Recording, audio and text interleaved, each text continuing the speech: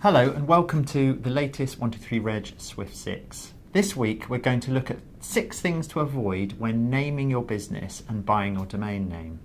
So first off, using a name that's already taken. It's a really obvious one, but it's still something you need to think about.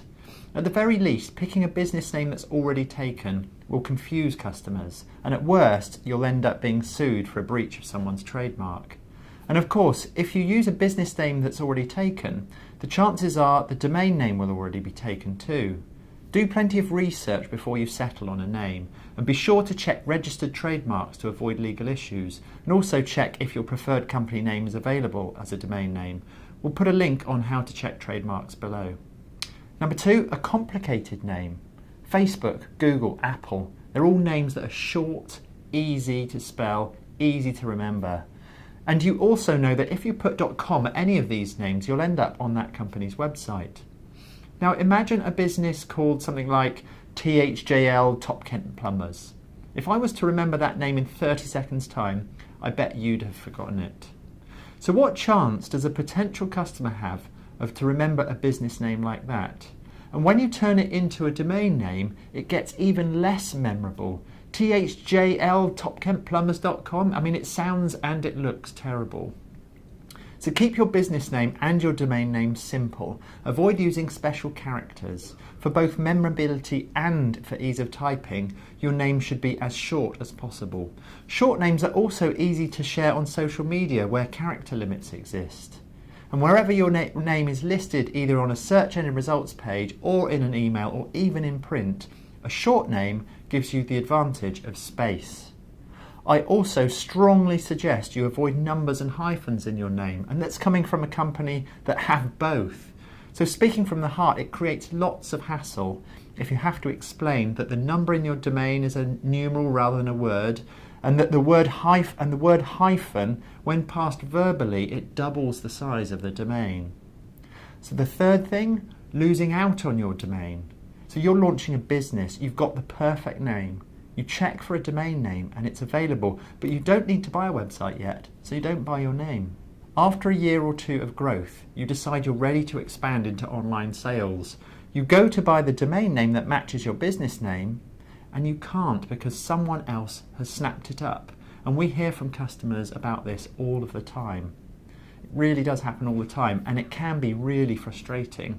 Yes, there are ways to get a domain name back from someone if they're cyber squatting on it. Yes, you might have a claim for trademark infringement, but that stuff's expensive and it's time consuming.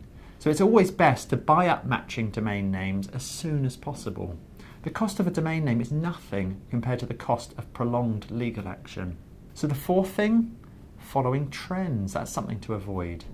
As names are in limited supply, misspells or linguistic twists on regular words, they become really commonplace. So think of Flickr, for example, or even something like Bitly. It's even become trendy for tech companies to use a .io domain name. So consider carefully if you believe this will be a long-term trend or will mark out your brand as from a particular era, one which fashion may move on from over time.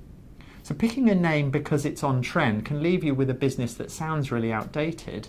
If that happens, you might have to rebrand, which will cost you money, and you might not be able to afford it. So pick a name because you like it, and not because it's on trend.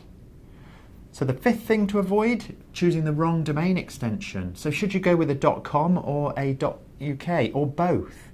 With so many domain extensions out there, picking the right one, that can feel really daunting. So instead, look at the process as avoiding picking the wrong extension. So when it comes to .com versus .uk, either would be fine if you're looking to focus entirely on the UK customers. But if you wanted to sell to US customers, then you can rule out .uk as it's not relevant in that market. There are also plenty of new domain extensions for you to choose from, and the same rule applies. If you're starting a coffee business based exclusively in London, then get a .london, that would do the trick. But if you're planning to expand across the UK, then maybe you should consider a .coffee. And one other thing I'd recommend is to register a brand name in as many of the well-used domain extensions as you can, and then redirect these to your domain of choice. This prevents competitors grabbing up those domains and gaining visitors who were actually looking for you.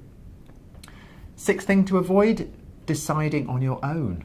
So choosing a business name may feel like a really personal decision, but if really you're looking for a name that potential customers will like and remember, so get out there and do some research. If you've got money to spend, you might want to go for some full-on paid research into your potential name. If you're on a shoestring, you can just ask friends what they think. Try to gather honest feedback about what appeals and what can be improved. It doesn't mean that you need to change your choice, but you might want to emphasise particular benefits in your early marketing efforts if the name in itself doesn't communicate them clearly. So that was the 6 things to avoid when choosing a business and domain name, and I'll see you next time.